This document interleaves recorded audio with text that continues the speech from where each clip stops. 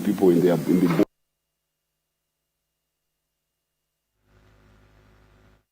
In aspersions about Zimbabweans being programmed in any manner before election vote so that they go inside the booth as a robot. It's not true. We are not, there are no species of Zimbabwe which is a product of chatbot. They are conscious people making their decisions. They do not have software which has been pumped into their heads to make them go and make certain decisions predetermined. No, they left their homes, went to the booth, made their decision, and you saw the process step by step. I think many of you had the opportunity to see the people in the booth. Step by step, the checking, the cross-checking of names. Do you belong to that constituency? Is it your voting booth which you are in? Your name is there. Here is your pen, and the ink is then marked on your finger, indelible ink, to make sure that you prove that you have voted and you cannot come back again. And then you are given the freedom to go inside the voting booth and make your decision. So people who try to make a lot about the pre-environment of elections want to make it as if people of Zimbabwe are software programmed. No, they are not software programmed. They make conscious decisions. I mean, there were efforts at trying to make an issue about the voters' roll. Of course, the constitution of the country does not oblige. But anyway, people went to court about the matter.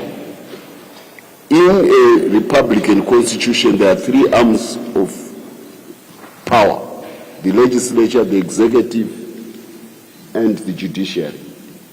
They cross-check each other. The laws we are applying, they were made by the Parliament of Zimbabwe, as I indicated earlier on in 23. The application of the law is made by the executive wings of the government. In the event that there is disputation or infringement, as any Zimbabwean who is a constitutional entity is free to go to the courts, which was duly done by a number of individuals. And the effect of it, of course, was that we went headlong into the elections with a lot of litigation. This was an attempt to make sure that the system is seen to be transparent. So as a ruling party, we have no issue about people going to the courts to go and find a determination about an infringement. We actually applaud the courts, including a new novel entity called the Electoral Court, which is meant to make decisions as quickly as possible so that it does not upend the democratic process of voting as proclaimed by the President of the Republic on a particular day. So in any event, we need to congratulate ZEC that notwithstanding all those litigations, they still managed to have a voting on the 23rd of August, by and large. Because of the litigation, and because it's the first time that we are using the electoral courts, it really made ZEC work overtime. Maybe mistakes were made, definitely. There were also time delays, there were also logistical issues. And we are very happy that the precedence, the supremacy of the people exercising their vote was the guiding principle in general, and an extension was given to those polling booths where voting had not yet started because the voting material was late. It is in the same spirit that ZEC, maybe much to the chagrin of the ruling party, allowed certain members of the opposition who had 10 days to register as candidates, but only left it at the last minute to register as candidates. They 10 days. They went there without their money, without their documentation complete.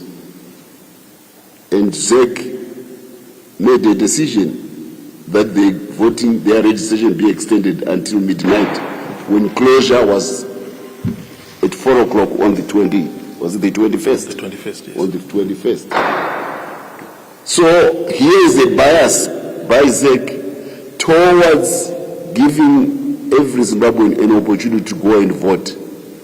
Yes, there was a decision by the courts, High Court, on certain candidates which was then overturned by the Constitutional Court. It was in the same spirit that the Constitutional Court felt that the vote is very important. We must give the people a chance to vote, rather than to say administrative issues hobbled the people from voting. Coming to the SADC principles, we want to make it very clear. They are a product of the member states of SADC. They are not administered by a particular individual who may become the head of a delegation. He is only in what is called a fiduciary role and delegated responsibility. So we hear of a certain head of the delegation from a certain country of the SADC mission, without prior consultation with his colleagues, fellow observer missions from sovereign states, and without them even having given reports back to their countries, even going back to their secretariat, because the secretariat is the collective secretariat of SADC. He decides to delve into matters which have nothing to do with his mandate. SADC has got several committees which deal with various issues of SADC, of Southern Africa development. It even has a constitutional review committee within its ambit. If anybody has got issues about the Zimbabwe laws, that is the relevant body within SADC to come and question the statutes of the sovereign state of Zimbabwe on a peer-to-peer basis as fellow acceders to the SADC protocol of unity, of cooperation. It is not the duty of a particular individual to arrogate to himself the role of a constitutional review committee of the laws of Zimbabwe. So, Mr. Nevas Mumba from Zambia, we call you to order. Don't delve into the laws of Zimbabwe. If you've got issues with those, tell your relevant institutions, not the SADC Observer Committee, your relevant institutions, to take it up with the SADC Secretariat in Zambia. Otherwise, we know that he is a preacher. He comes here, he has got his friends, and he was seen hobbing and accosting himself with the CCC. We don't think that's what Zambia stands about. He even goes further to try to make an issue about civic organizations and chooses some against the other in Zimbabwe. He favors Zesin and others. Then he castigates FAS on the other hand. This is a bias. I want to remind you, America had a civil war in 1861, starting in 1861. Because of the duty to protect the unity of America, certain of its citizens decided to form the American National Rifle Association. It's a historical product of the American evolution as it became a modern state. Today, the NRA is one of the most active of American civic bodies, to the extent that it now decides to lobby for certain politicians with a bias towards the Republicans. Not only that, you hear of periodic massacres of school children, of people in shopping centers, because America says you've got a right to have a gun. We went through a civil war. We went through a liberation movement. One time the gun was my friend. It's the only other thing I could hold on besides my anything. But we dropped, after independence, so we no guns in Zimbabwe. We don't have a gun culture. But the Americans have maintained a gun culture which is now causing so many massacres in their country. But nobody wants to speak about that from other countries. Now you want to make an issue about our historical circumstances. Our people are naturally vigilant because they fought a war. And they will continue to be vigilant. And we have institutions which are a continuation from that war, like FAS, of our people, like civic committees which are looking at the security and intelligence to say, are we safe? I always emphasize the point.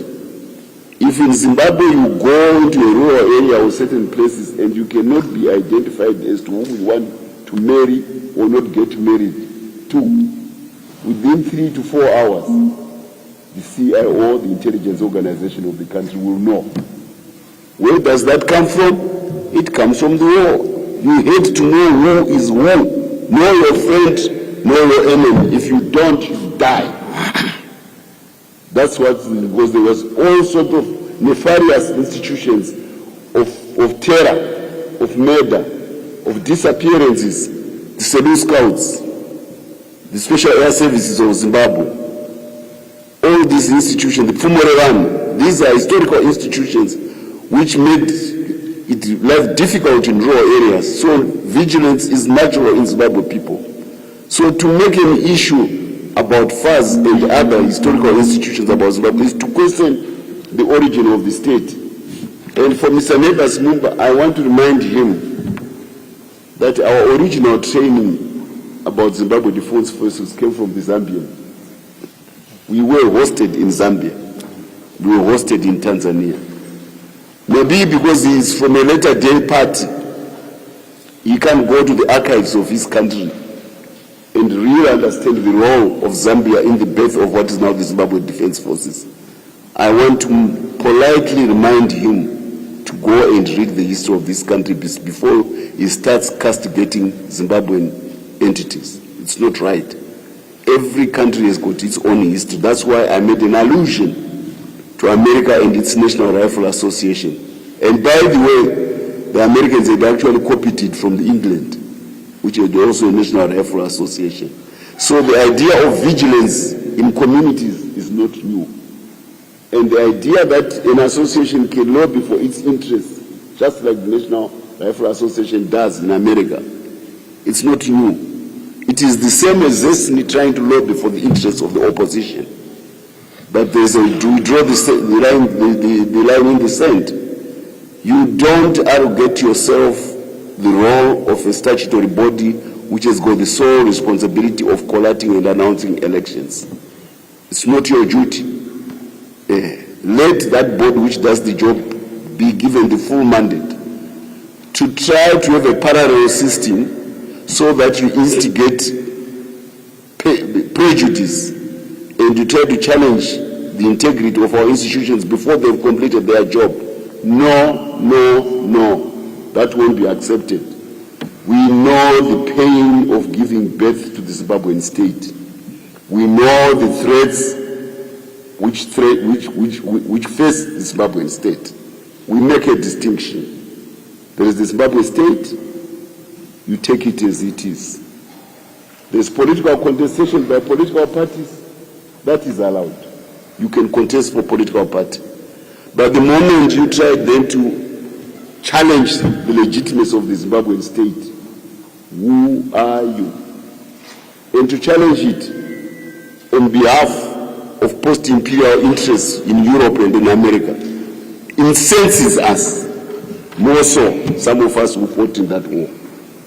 Because the birth of the Zimbabwe state was a painful process. Out of every 5 people I went to war with, only 2 came back alive. And most of them with maims and traumas of that war, and blinded and unable to cope with life afterwards. The Zimbabwean state is sacrosanct. We will go to any length to defend it. And we will brook no interference, and we fear no power to defend the Zimbabwe state.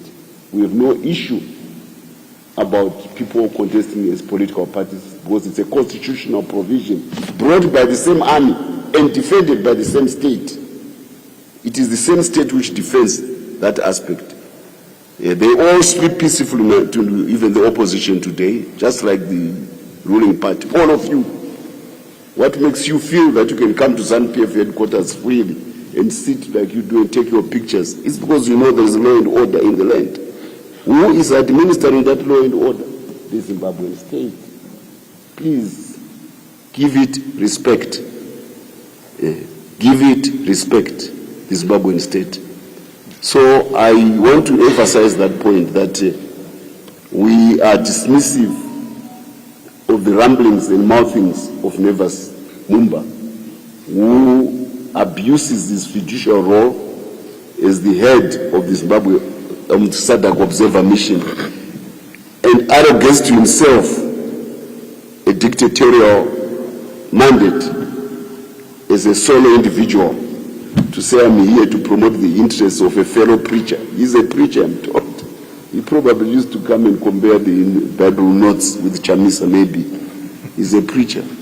So their camaraderie in the gospel of Christ has nothing to do with his role as an observer of the Zimbabwe elections. We await the outcome of the elections. I will not try to say who is winning or is not winning, because it's not our role as a party to do that. It is the role of ZEC. We leave it to ZEC. We remain confident, the same confidence which made us campaign so hard, the same confidence which made our president scour the land, holding rallies, meeting churches, meeting businessmen, that I will get the vote to make me the president of Zimbabwe. We remain confident that we will score a majority which will make him the president of the republic. And with luck, we may get even 2/3, way beyond what is needed to rule the country. We may get 2/3 majority. We only will be happy, of course, with a simple majority, which gives us power. Yes. But you know, if the people of Zimbabwe were winning, we get 2/3, we celebrate. We have no problem with the performance of the opposition. It is the appeal to the Zimbabwean electorate. That's why I said earlier on, the winner in this election is the Zimbabwean people. They have shown the whole world that they can exercise democracy in their own way, in a peaceful manner.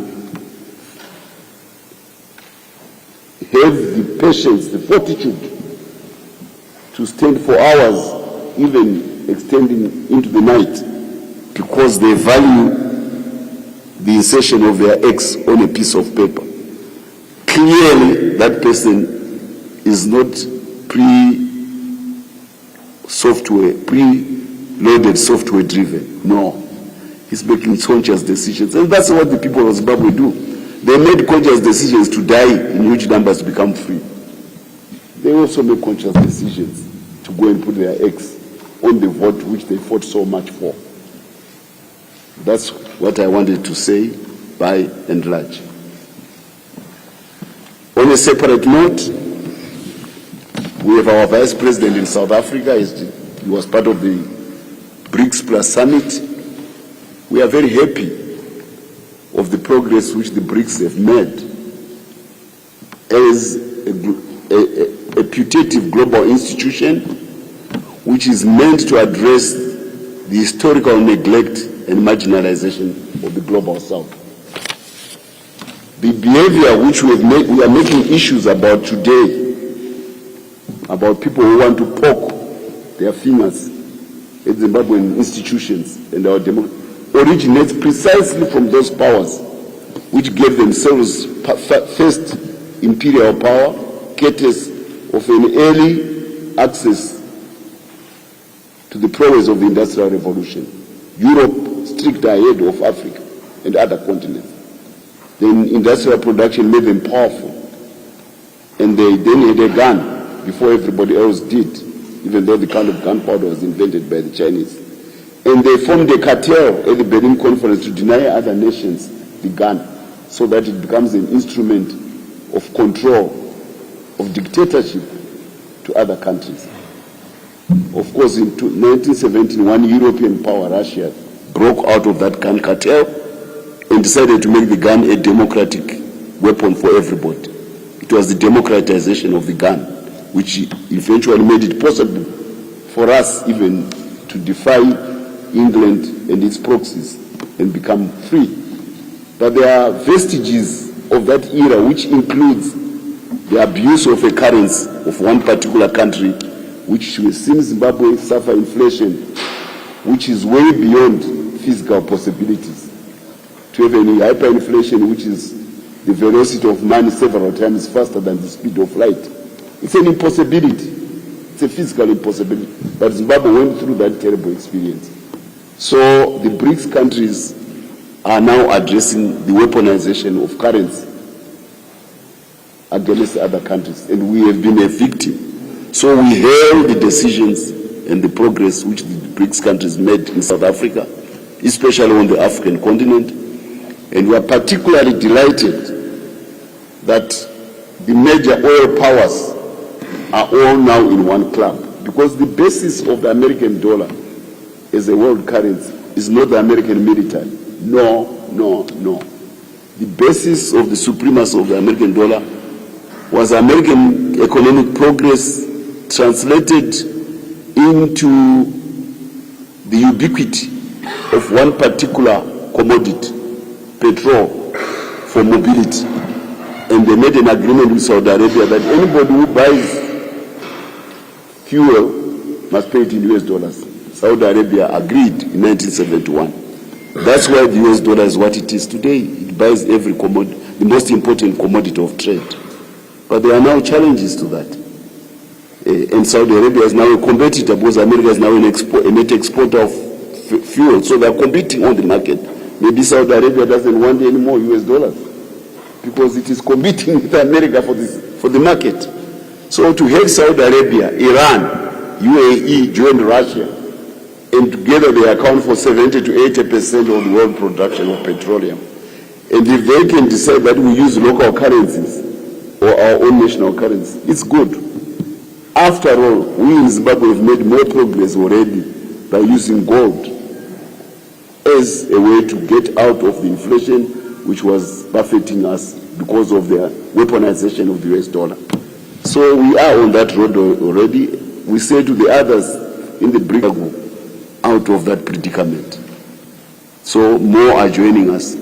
Isn't it a good thing that we are trailblazers in a major geopolitical financial paradigm? But you can't argue for the rationale as to why it is happening. And once there's a bias